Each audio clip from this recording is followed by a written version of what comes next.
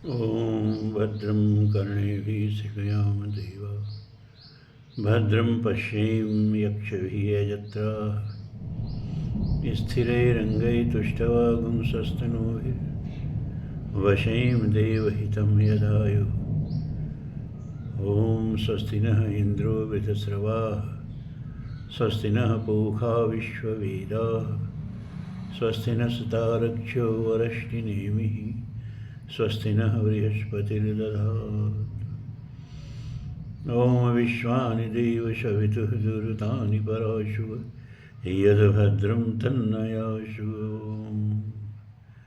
नारायणं नमस्कृत्यं नरं चैव नरोत्तमं देवीं सरस्वतीं व्यासं ततो जयमुदीरयेत्। ओम श्री परमात्मनि नमः।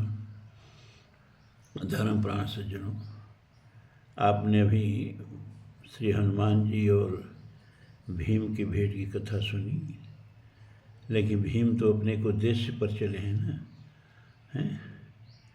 भीम तो सौगंधिक वन में सहस्रदल कमल लाने के लिए द्रौपदी के कहने पर चले हैं। तो उस भेंट के बाद फिर अपने उद्देश्य पर चल दिए, हनुमान जी अंतर्ध्यान हो गए। तो अब आगे कथा चल रही है भीमसेन का सौगंधिक वन में पहुंचना।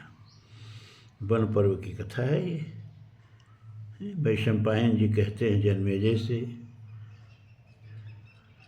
उन कपिप्रवर हनुमान जी के चले जाने पर बलवानों में श्रेष्ठ भीमसेन भी उनके बताए हुए मार्ग से विशाल गंधमादन पर्वत पर विचरने लगे।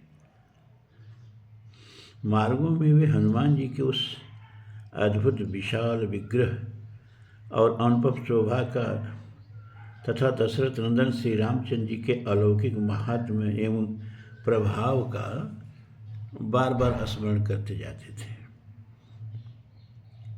सौगंधिक वन को प्राप्त करने की इच्छा से उन्होंने उस समय वहाँ के सभी रमणीय वनों और उपवनों का अवलोकन किया।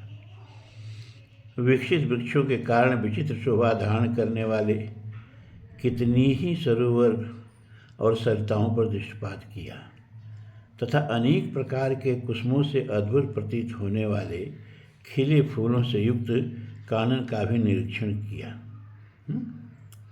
महान धैर्य और उत्साह से संपन्न वीरवर भीमसेन ने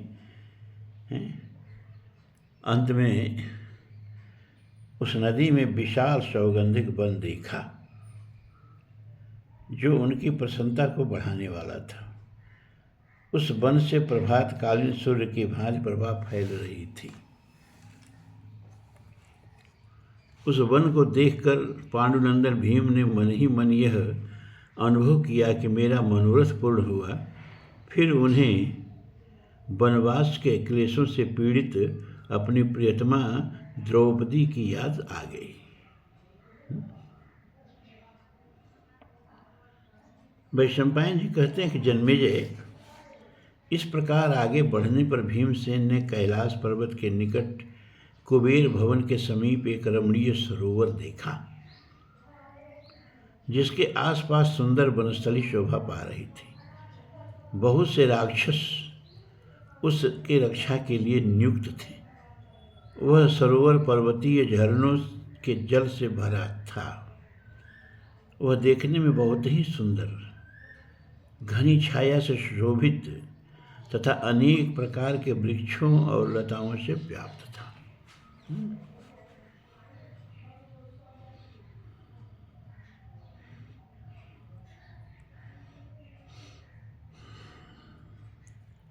हरे रंग के कमलों से यह दिव्य सरोवर ढका हुआ था। उसमें सुवर्ण कमल खिले थे। वह नाना प्रकार के पक्षियों से युक्त था। उसका किनारा बहुत सुंदर था और उसमें कीचड़ नहीं था। उस सरोवर में कीचड़ नहीं था। वह सरोवर अत्यंत रमणीय, सुंदर जल से परिपूर्ण, पर्वतीय शिखरों के झरनों से उत्पन्न, देखने में विचित्र, लोक के लिए मंगलकारक तथा अद्भुत दृश्य से सुशोभित था। उस सरोवर में कुंती कुमार पांडुपुत्र भीमसेन ने अमृत के समान स्वादिष्ट, शीतल, हल्का, शुभकारक और निर्मल जल देखा तो उसे भरपेट पिया। प्यास तो लगी गई थी तो भरपेट जल भी पिए। वह सरोवर दिव्य सौगंधिक कमलों से आवृत तथा रमणीय था। परम सुगंधित सुवर्णमय कमल खिले, कमल उस ढके हुए थे, मैंने सरोवर को भरे हुए थे। पूरा सरोवर में वही सहस्रदल कमल खिले हुए थे, स्वर्णिम कलर के। उन कमलों की नाल उत्तम वैदुर्य मणि की थी। वे कमल देखने में अत्यंत विचित्र और मनोरम थे। हंस और कारंडो आदि पक्षी उन कमलों को हिलाते रहते थे, जिससे वे निर्मल पराग प्रकट कर दिया करते थे। वह सरोवर राजाधिराज महाबुद्धिमान कुबेर का क्रीड़ा स्थल था। गंधर्व, अप्सरा और देवता भी उसकी बड़ी प्रशंसा करते थे। दिव्य ऋषि, मुनि, यक्ष, किमपुरुष, राक्षस और किन्नर उसका सेवन करते थे तथा साक्षात कुबेर के द्वारा उसके संरक्षण की व्यवस्था की जाती थी। ये मानव की प्रजातियां थी, राक्षस, गंधर्व, किन्नर और दैत्य। अभी राजनीतिक सब कैसे समाज में जहर फैलाते हैं। कहीं योगी ने कह दिया कि वो होलिका हम क्यों जलाते हैं, क्योंकि एक प्रहलाद की बहन थी दैत्य कन्या होलिका, उसका आग में जलती नहीं थी, तो आग जला करके प्रहलाद को उसकी गोदी में बैठा दिया गया। वो तो जलेगी नहीं, प्रहलाद जल जाएंगे। लेकिन प्रभु की कृपा से प्रहलाद बच गए और दैत्य कन्या होलिका जल गई। तो टीवी पर बहस कर रहे थे सब। मैं तो घबरा गया कि ही भगवान, ये कैसा सब जहर समाज में घोल रहे हैं सब। अब ये कह रहा है, या तो छोड़िए, किसी पार्टी का नाम नहीं लेंगे, आप लोग जानते हैं कि किस पार्टी के लोग इस तरह के हिंदू संस्कृति की जड़ में मट्ठा डालते हैं, खूब जानते हैं आप लोग। तो कह रहा है कि बताइए, योगी को कह रहे हैं कि एक दलित कन्या है, अब एक दलित कन्या को आग में भून करके होलिका मनाते हैं आप लोग। दलितों का इतना अपमान। तो मुझे दिनकर जी की एक कविता याद आ गई कि चाहता लड़ना नई समुदाय है, फैलती लपटे विषैले व्यक्तियों के श्वास से। ये कुछ विषधर हैं जो समाज में राजनीतिक पार्टियां बना बना के और भारतीय संस्कृति को डस के एकदम निर्मूल कर देना चाहते हैं। उसको दलित कन्या और दैत्य कन्या में अंतर ही नहीं मालूम, खूब मालूम है। वो जानबूझ के दैत्य कन्या को दलित कन्या कह करके दलितों को भड़का रहा था। सोचिए ये सब कितनी खतरनाक होते हैं। और भारतीय संस्कृति के कितनी प्रबल विरोधी होते हैं। रामायण को गाली देंगे, रामायण को जलाएंगे, रामायण फाड़ेंगे। हिम्मत है तो जरा कुरान की तरफ उंगली उठा के दिखाएं, जरा बाइबल की तरफ उंगली उठा के दिखाएं, जरा गुरु ग्रंथ साहब की तरफ उंगली उठा के दिखाएं। लेकिन हमारी, जिसको आप लोग सहिष्णुता कहते हैं ना, मैं इसे हिंदुओं की क्लीवता, कायरता, नपुंसकता कहता हूँ। आज हमारे धर्म के साथ जो बन कर करते हैं और हमारी बहन बेटियों के साथ कर ही रहे हैं, सब लव अफेयर्स कर ही रहे हैं, सब हम सब बर्दाश्त कर रहे हैं, बर्दाश्त नहीं कर रहे हैं। कायर है ना, कायर हैं और कायरता का घूंट पी के रह जा रहे हैं। मैं तो कांप गया कि बताइए, दैत्य कन्या और दलित कन्या में इसको अंतर ही नहीं मालूम है, खूब मालूम है। लेकिन समाज में कैसा जहर हो रहा है। क्यों? क्योंकि समाज के बहुसंख्य लोगों को दैत्य में और दलित में हो सकता अंतर न मालूम हो, और वो दलित कन्या को जलाया गया ये समझ करके होलिका के विरुद्ध खड़े हो जाए। इतनी खतरनाक होते हैं ये सब। इसीलिए मैं राजनीतिज्ञों से बड़ी घृणा करता हूँ। खैर चलिए आगे।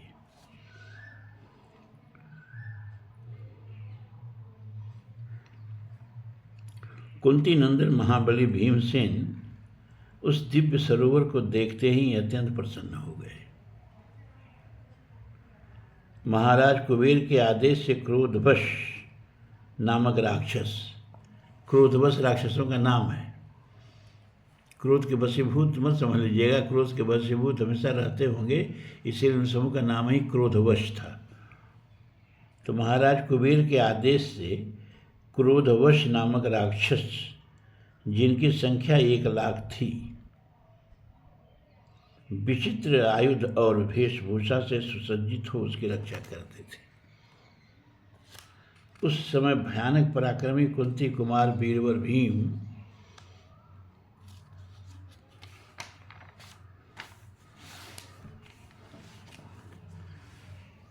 अपने अंगों में मृगचर्म लपेटे हुए, भुजाओं में सोने के बाजूबंद पहन रखे थे। वे धनुष और गदा आदि आयुधों से युक्त थे। उन्होंने कमर में तलवार बांध रखी थी। वे शत्रुओं का दमन करने में समर्थ और निर्भीक थे। उन्हें कमल लेने की इच्छा से वहाँ आते देख वे पहरा देने वाले राक्षस आपस में कोलाहल करने लगे।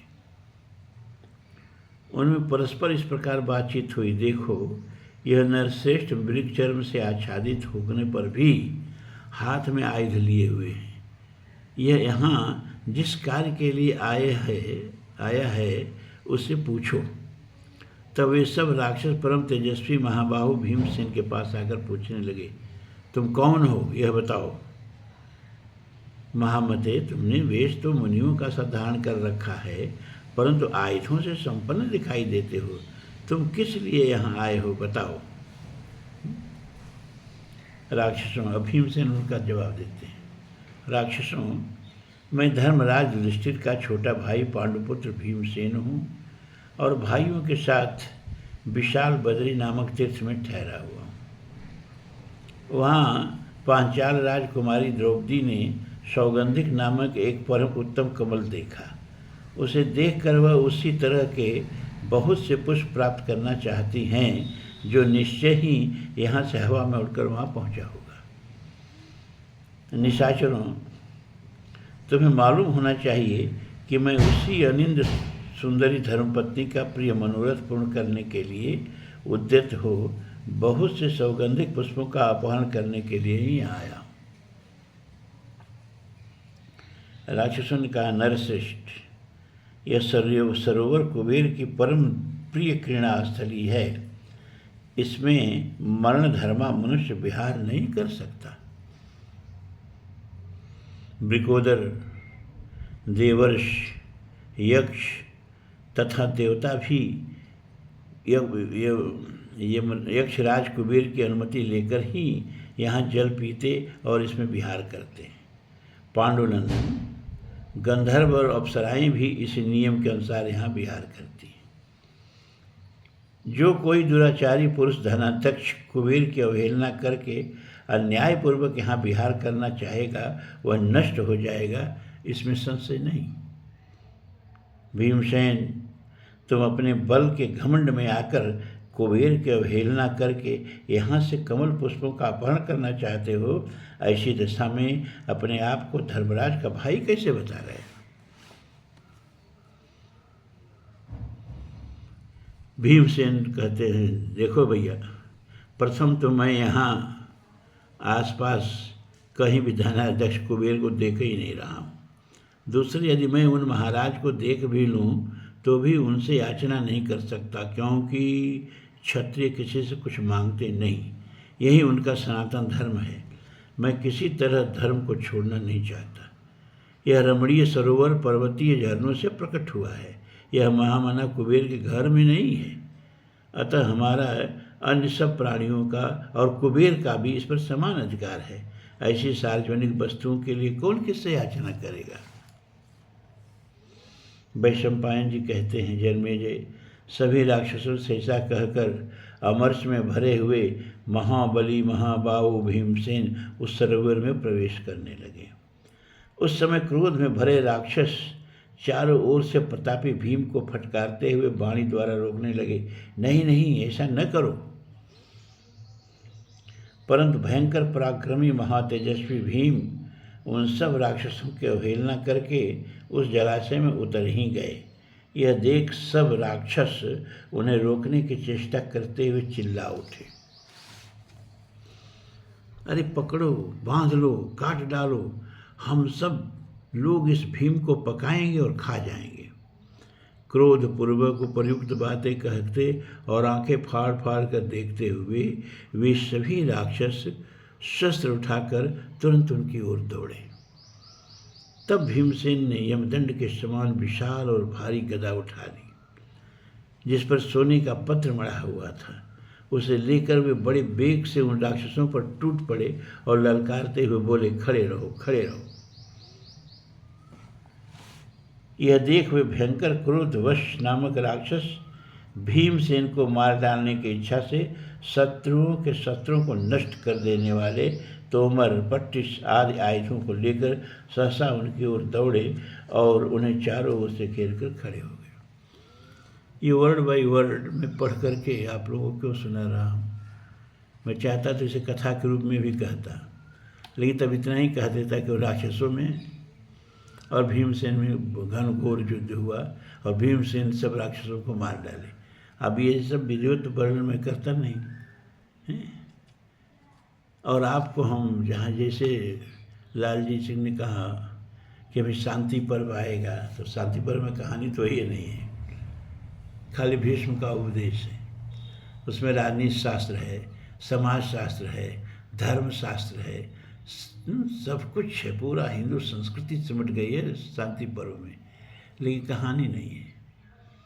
भीम उपदेश दे रहे हैं और द्रौपदी समेत सभी पांडव और भगवान श्री कृष्ण से सुन रहे हैं, और कहीं कहीं भगवान श्री कृष्ण भी भीष्म के आग्रह पर उपदेश कर रहे हैं। तो उसमें हम क्या सुनाते आपको? अगर पढ़ के नहीं सुनाते तो क्या सुनाते हैं? उतना उपदेश तो किसी को याद रहता नहीं भाई। पूरा महाभारत कौन रट डाला है। तो इसलिए हमने सोचा कि आप लोगों का आग्रह देखते हुए गूढ़ तत्व साधु दुरावई आरत अधिकारी जह पावई। थोड़ा हमें कष्ट होगा, ये बात नहीं है। अरे ऐसे एक महीना में पूरा महाभारत समेट देते, ऐसे कम से कम साल भर लगेगा। जो हमने वर्ड बाई वर्ड और अध्याय बाई अध्याय आपको सुनाना शुरू कर दिया। लेकिन क्या है कि पूरा महाभारत आपके सामने आ जाएगा और आप लोगों के धैर्य की परीक्षा भी होगी। जब इसमें धर्मशास्त्र चलेगा, इसमें नीति शास्त्र चलेगा, इसमें समाज शास्त्र चलेगा, तब आप लोगों की परीक्षा होगी कि कितने धैर्य से, जिसमें कथा एकदम नहीं है, केवल ज्ञान विज्ञान है, कितने धैर्य से आप सुन लेते हो। अभी तो कथा चल रही है तो सुन ले रहे हो।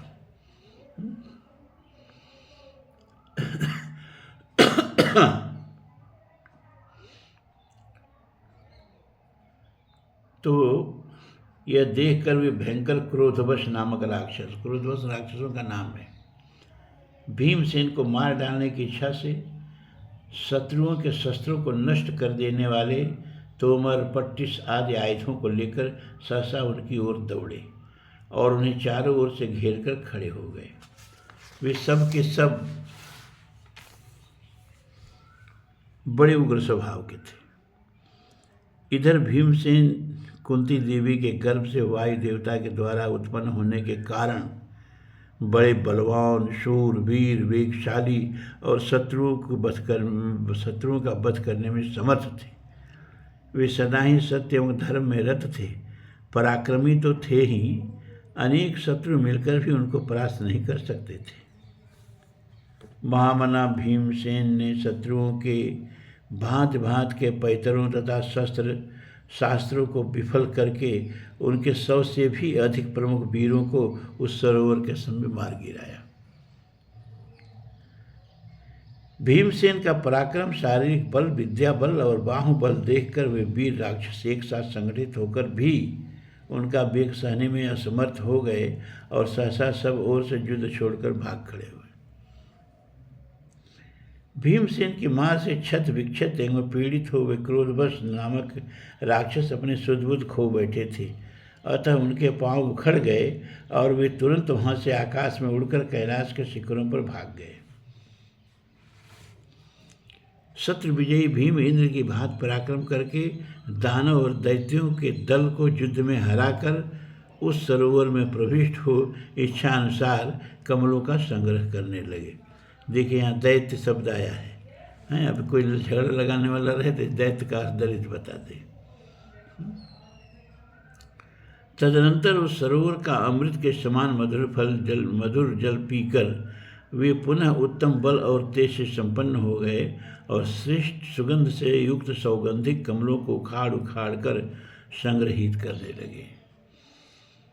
तब भीमसेन के बल से पीड़ित और अत्यंत भयभीत हुए क्रोध वश माने जो राक्षस हैं, थानाध्यक्ष कुबेर के पास जाकर युद्ध में भीम के बल और पराक्रम का वृत्तांत कर सुनाए। उनकी बातें सुनकर देवप्रवर कुबेर ने हंसकर उन राक्षसों से कहा, मुझे यह मालूम है भीमसेन को द्रौपदी के लिए इच्छानुसार कमल ले लेने दो। तब धनाध्यक्ष की आज्ञा पाकर वे राक्षस रोष रहित हो कुरुप्रवर भीम के पास गए और उन्हें अकेले ही उस सरोवर में इच्छानुसार विहार करते देखा। अब इधर जो है विशाल बद्री आश्रम में नकुल, सहदेव, युधिष्ठिर और सब ब्राह्मण ठहरे हुए हैं। भीम तो गए ही थे कमल लेने। अचानक भयानक उत्पात होने लगा। भरतश्रेष्ठ वैशंपायन जी कहते हैं, तदनंतर भीमसेन ने अनेक प्रकार के बहुमूल्य दिव्य और निर्मल बहुत से सौगंधिक कमल संग्रहित कर लिए। इसी समय गंधमादन पर्वत पर तीव्र बड़े वेग से जोर की आंधी उठी, जो नीचे कंकड़ बालू की वर्षा करने वाली थी। उसका स्पर्श तीक्ष्ण था, वह किसी भारी संग्राम की सूचना देने वाली थी। वज्र की गड़गड़ाहट के साथ अत्यंत भयदायक भारी उल्कापात होने लगा। सूर्य अंधकार से आवृत हो प्रभा शून्य हो गए, उनकी किरणें आच्छादित हो गई। जिस समय भीम राक्षसों के साथ युद्ध में भारी पराक्रम दिखा रहे थे, उसी समय पृथ्वी हिलने लगी, आकाश में भीषण गर्जना होने लगी और धूल की वर्षा आरंभ हो गई। संपूर्ण दिशाएं लाल हो गईं। मृग और पक्षी कठोर शब्द करने लगे। सारा जगत अंधकार से आच्छन्न हो गया और किसी को कुछ भी सूझ नहीं पड़ता था। इसके सिवा और भी बहुत से भयानक उत्पात वहां प्रकट होने लगे।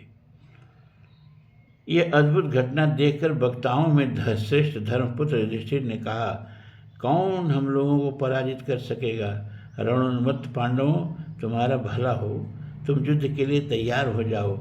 मैं जैसे लक्षण देख रहा हूँ उससे पता लगता है कि हमारे लिए पराक्रम दिखाने का समय अत्यंत निकट आ गया है।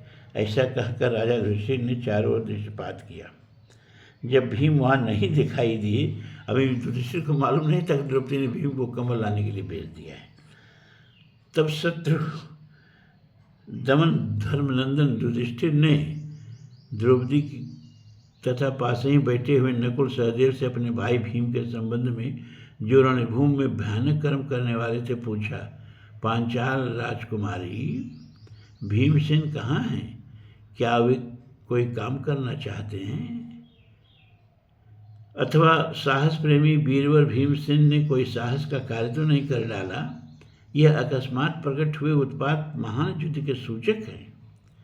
ये चारों ओर तीव्र भय का प्रदर्शन करते हुए प्रकट हो रहे हैं। धर्मराज युधिष्ठिर की ऐसी बातें करते देख मनोहर मुस्कान वाली मनस्विनी महारानी पति प्रिया द्रौपदी ने उनका प्रिय करने की इच्छा से उत्तर दिया और बता दिया कि वो सौगंधिक कमल लाने के लिए गंधमादन पर्वत पर गए। तो युधिष्ठिर को बड़ी चिंता हुई और उन्होंने घटोत्कच की याद की। तो घटोत्कच प्रकट हुआ तो उन्होंने कहा कि बेटा हम लोगों को वहाँ ले चलो जहाँ तुम्हारे पिता गए।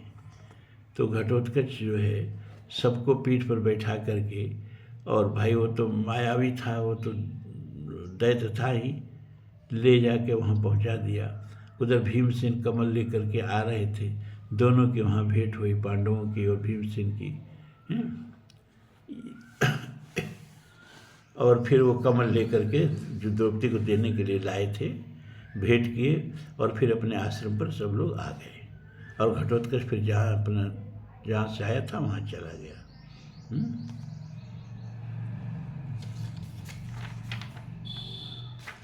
अब आगे कथा आती है जटासुर वध की।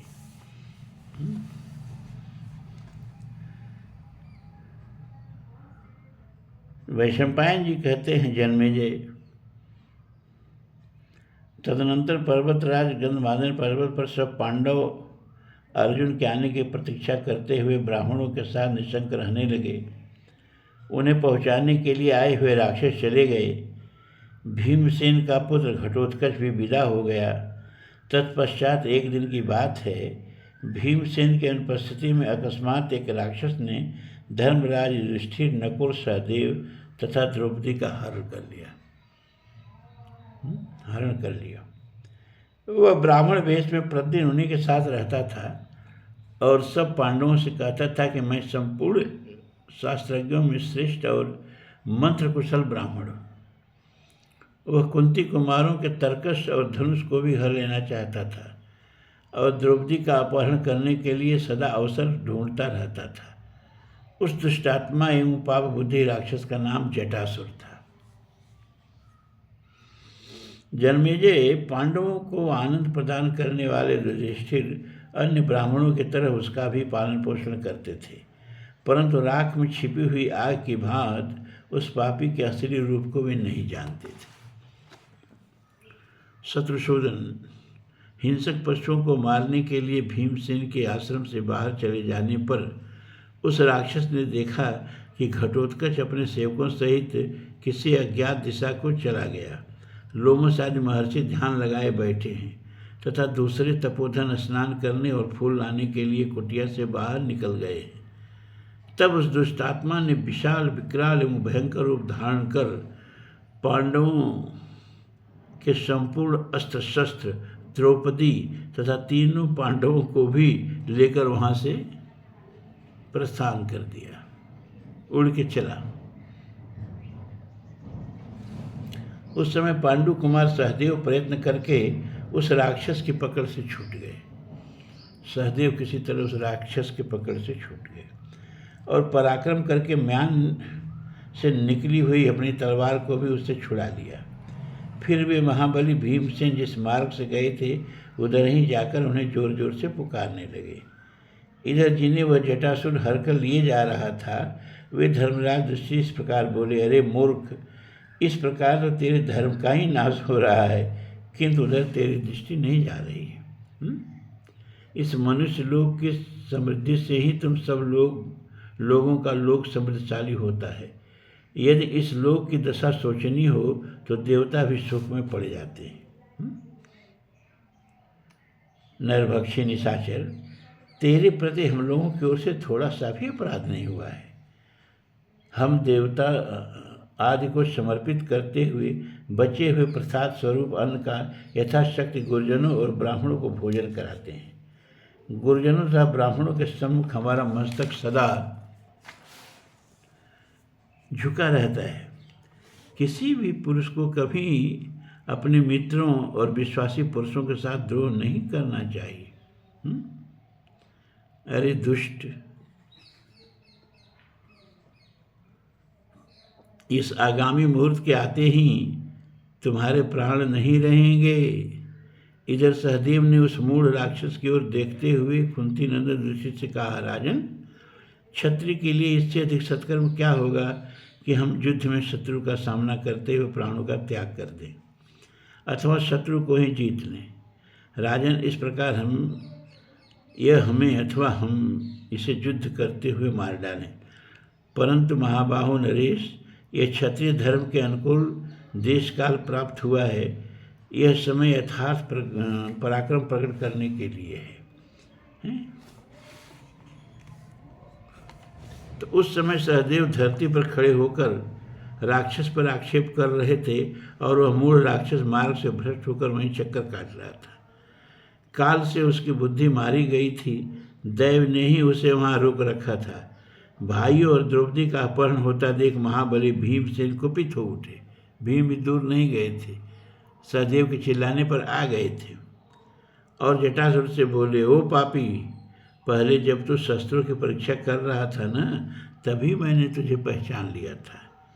तुझ पर मेरा विश्वास नहीं रह गया था, तो भी तू ब्राह्मण के रूप में अपने असली स्वरूप को छिपाए हुए था और हम लोगों से कोई अप्रिय बात नहीं कहता था, इसीलिए मैं तुम्हें तत्काल नहीं मार डाला। तू हमारे प्रिय कार्यों में मन लगाता था, जो हमें प्रिय न लगे ऐसा काम नहीं करता था। ब्राह्मण अतिथि के रूप में आया था और कभी कोई अपराध नहीं किया। ऐसी दशा में मैं तुझे कैसे मारता? जो राक्षस को राक्षस जानते हुए भी बिना किसी अपराध के उसका वध करता है, वह नरक में जाता है। अभी तेरा समय पूरा नहीं हुआ था, इसलिए भी आज से पहले तेरा वध नहीं किया जा सकता था। लेकिन आज निश्चय ही तेरी आयु पूरी हो चुकी है। तभी तो अद्भुत कर्म करने वाले काल ने तुझे इस प्रकार द्रौपदी के अपहरण की बुद्धि दी।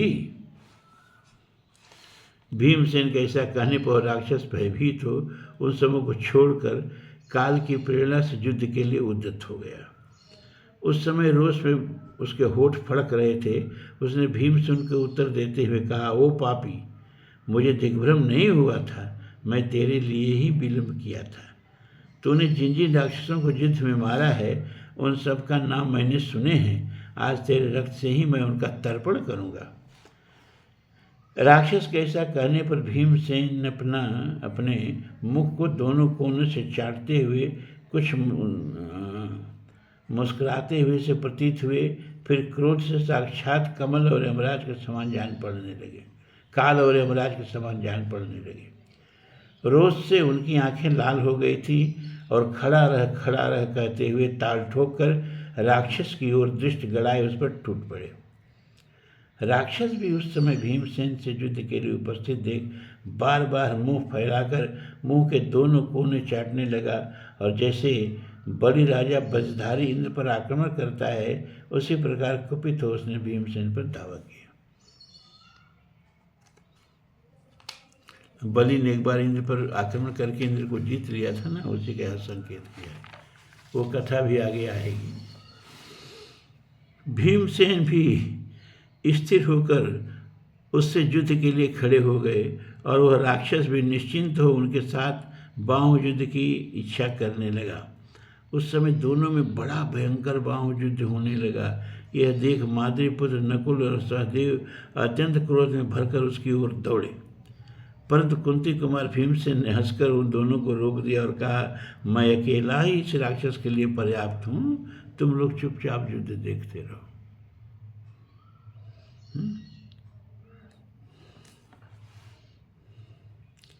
भीमसेन तथा राक्षस दोनों में देवताओं और दानवों के समान युद्ध होने लगा। दोनों ही रोष और अमर्ष में भरकर एक दूसरे पर प्रहार करने लगे। दोनों का बल महान था। वे गरजते हुए दो मेघों की भांति सिंहनाद करके वृक्षों को तोड़ तोड़ कर परस्पर चोट करने लगे। तदनंतर भीमसेन ने 5 सिर वाले सर्प की भांति अपने 5 उंगलियों से युक्त हाथ की मुट्ठी बांधकर उसे राक्षस की गर्दन पर बड़े वेग से दे मारा। भीमसेन की भुजाओं के आघात से वह राक्षस थक गया था। तदनंतर उसे अधिक थका हुआ देख भीमसेन आगे बढ़ गए। तत्पश्चात देवताओं के समान तेजस्वी महाबाहु भीमसेन ने उस राक्षस को दोनों भुजाओं से बलपूर्वक उठा लिया और उसे पृथ्वी पर पटक कर पीस डाला। उस समय पांडुनंदन भीम ने उसके सारे अंगों को दबाकर चूर चूर कर दिया था और थप्पड़ मारकर उसके सिर को धड़ से अलग कर दिया था।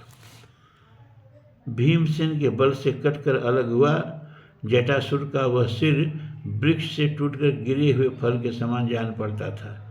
उसका होठ दांतों से दबा हुआ था और आंखें बहुत फैली हुई थी।